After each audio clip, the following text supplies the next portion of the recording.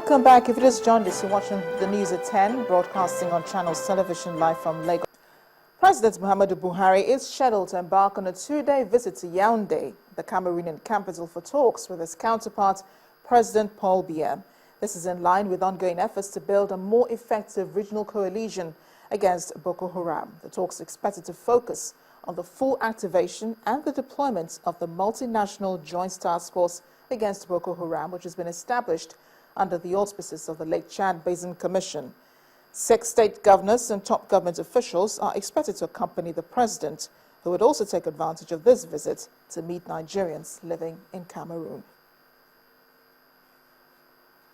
Meanwhile, the Nigerian Air Force Institute of Technology, Kaduna, has developed 2 unmanned ground vehicles that can dictate impoverished explosive device at any location.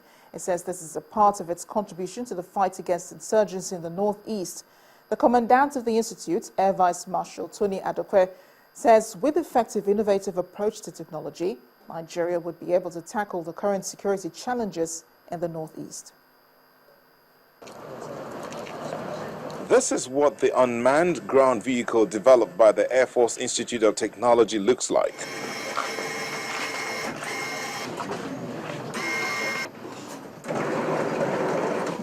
This device is designed to detect and pick up improvised explosive devices to safer locations for disposal.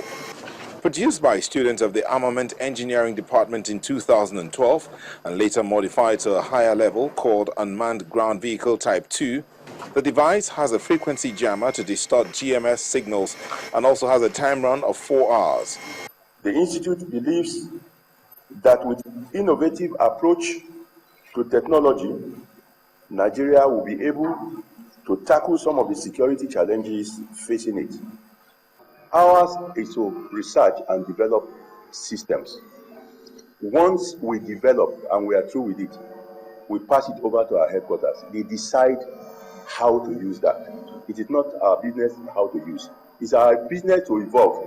We tell them this is what we want to do. If it is good enough for them, they fund it.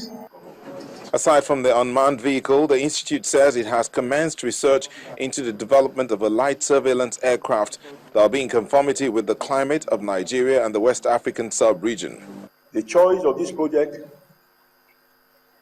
was dictated by the current situation of high unserviceability status of the Nigerian Air Force primary trainer, the Air Pt.2.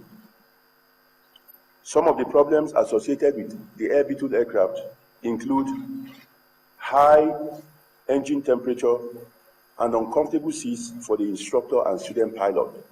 Since inception, the Nigerian Air Force Institute of Technology, structured into 3 schools, the School of Air Engineering, School of Ground Engineering and Management Studies, and the School of Postgraduate Studies, has graduated about 5,000 persons, including personnel of the Nigerian Army, Air Force, and the Navy. We'll bring you now more on our leading story tonight, which is what happened at the House of Representatives earlier today. Femi Gbajabiamila emerging the majority leader of the House, a signal that the different factions may have closed ranks on the matter. A speaker also announced Honorable Buba Jibril as the deputy majority leader, while Honorable Al-Hassan Dogwa is the chief whip and Honorable Pali Iriasa is the deputy whip. So, discuss more on the emergence of Gbajabiamila in the House of Representatives as majority leader. I'm being joined on the news at 10 from Abuja by Honorable Eseme Eyubo. He's a former member of the House of Representatives. He was or is with the People's Democratic Party. Honorable Eyubo, thank you for joining us on the news at 10. Thank you very kindly. Very kindly. And what do you make of what happened in the House today about Femi Gbajabiamila emerging the majority leader? First and foremost, I observed that it wasn't a leadership crisis. I think it was an engagement by the members of the House of Representatives. They were engaging themselves on how to structure it in consonance, with the constitutional provision that established the Parliament. The Parliament, as it were, is a very strategic arm of government, and to that extent, the leadership recruitment process must go through constructive engagement. So it wasn't the issue of crisis. But however, I want to commend the Mr. President for that very wonderful statesmanly approach to that issue, to that engagement. His meeting yesterday went a long way, and the APC as a political party, I think they have been able to reinvent themselves and given themselves direction. But my worry is that in the days ahead, we expect that those gentlemen who were behind Gbajabiamila and those gentlemen who were behind the speaker in the days ahead, when they begin to constitute committees of the House, I hope that will not become the days of the jackals when they will come out again to begin to look for the dogs of the war. So that is my worry. So I expect right this moment for Femi Gbajabiamila, who is the House leader now, to be able to collaborate and show that, understanding which he has exhibited over time. I know they're all very fine gentlemen, by causing his group to work very well, to come together. There should be a fusion for the interests of the parliament and for the interests of the change matter. The speaker, I must confess to, has been able to show sufficient level of maturity and humility in leadership, and that has added verve, to the inspirational leadership of Mr. President. While we're all grateful that the House has finally resolved this crisis, there is one other area of controversy, which is Godswill Akpabio, a former governor who's now a senator, emerging minority leader. That seems a bit strange, doesn't it? And it does go against the standing rules of the House, doesn't it? Well, Section 60 of the Nigerian Constitution, is to the effect that the Senate and the House of Representatives shall make for itself rules, for the administration of the Parliament, of the legislature. So I have never been a senator, and I've never read the rule, but I know that Parliament all over the world is regulated by the issue of ranking when it comes to leadership. So if I don't know if the Senate has suspended that provision in the rule book, if they have suspended it or they have amended it, that is what I don't know for now. But I want to say too that as much as the Constitution empowers every citizen to seek elective offices, including rising in the chambers like in the Senate or House of Representatives to any office, but the Section 60 of the Constitution has also given strength to the rules of the House and the rules of the Senate. So whatever act that is outside the purview of the contemplation, of the rules book, to my mind, that is ultra vires. You're talking about the rule book that actually is quite controversial at this point because there is, the forgery scandal that's pervading the Senate right now. What could happen if eventually investigations reveal that the rule book was actually forged for the emergence of these leaders? Well, as we speak now, these things are hearsay and falling within the realms of speculations. And I know that if actually, from the point of investigation, it is established that there were tissues of forgery, and of course, the police or the Minister of Justice, the Attorney General's office, will of course be able to do the needful. And the needful to that extent will be engaging the allowances of a criminal justice administration to be able to look at that, because it falls under corruption, it falls under weak institutions, and it falls under, doing things the way that are not supposed to be done. But for now, it is merely speculative, and I have heard this, so let's wait until when finally the Federal Minister of Justice or the Attorney General of the Federation, his office, or the Office of the Inspector General of Police will be able to come out publicly or approach the court, to state the case as it is. But presently, I think all the persons speculated and mentioned are all within the legal system, presumed to be innocent until the contrary is proven. And now that the leadership has been established, that of the Senate as well as that of the House of Representatives, are you confident now that, plenary can go on as normal and we'll see more peaceful days ahead in the two chambers? My hunches, of course, telling me that straight away that the next hurdle now, the days of the jackal, is going to come up by the time the committees of the Senate and the committees of the House are going to be constituted. So that the moment that is done, definitely some people are going to feel very disenchanted. Some people are going to feel very disappointed.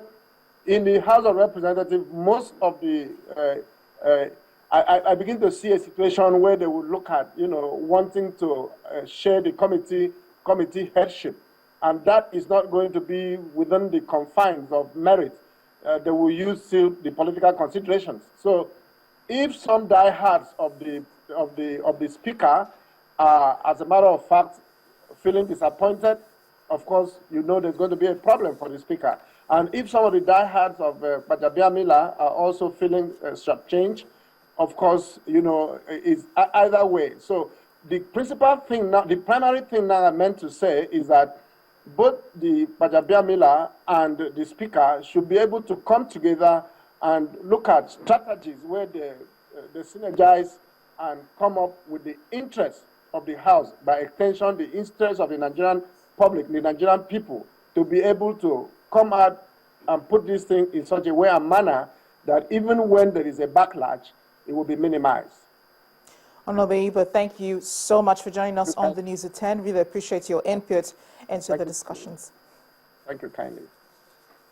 Honorable Eseme Eyubo is a former member of the House of Representatives. He's with the People's Democratic Party. Now to health. A lot more attention and funding by the various levels of government are needed to ensure that Nigeria prevents and treats cases of viral hepatitis. Approximately 13%, or 1 in 10 Nigerians, are estimated to have chronic hepatitis. In light of this year's World Hepatitis Day, our correspondent Yomi Otaigbe reports that medical experts are advocating better awareness and improved services in the area of vaccination, blood and injection safety.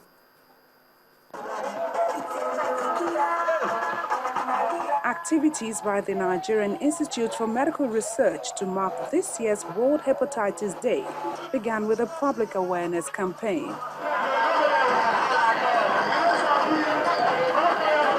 To further enlighten the public on viral hepatitis in a more formal environment, medical experts in this hall give facts about hepatitis, which is a disease characterized by inflammation of the liver. When there's contact between body fluid, infected body fluid, to somebody who is not infected. So whether it's during blood transfusion, whether it's during sex, whether it's from mother to child, or whether it's child to child, whether it's during operations, whether it's during tattoos, when they are giving scarification marks, tribal marks, acupuncture, any condition that blood mixes, that body fluids mix. Okay, so those are the ways that hepatitis B and C are transmitted.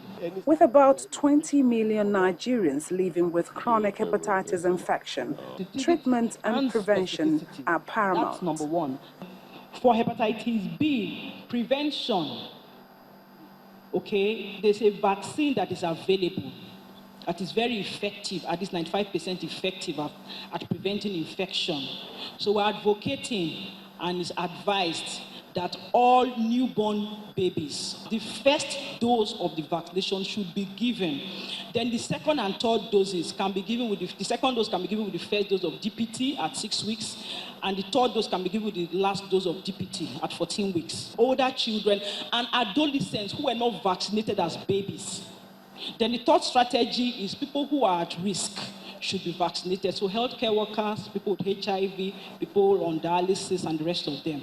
The plan is to make hepatitis B a public health priority with public funding like they have done for HIV.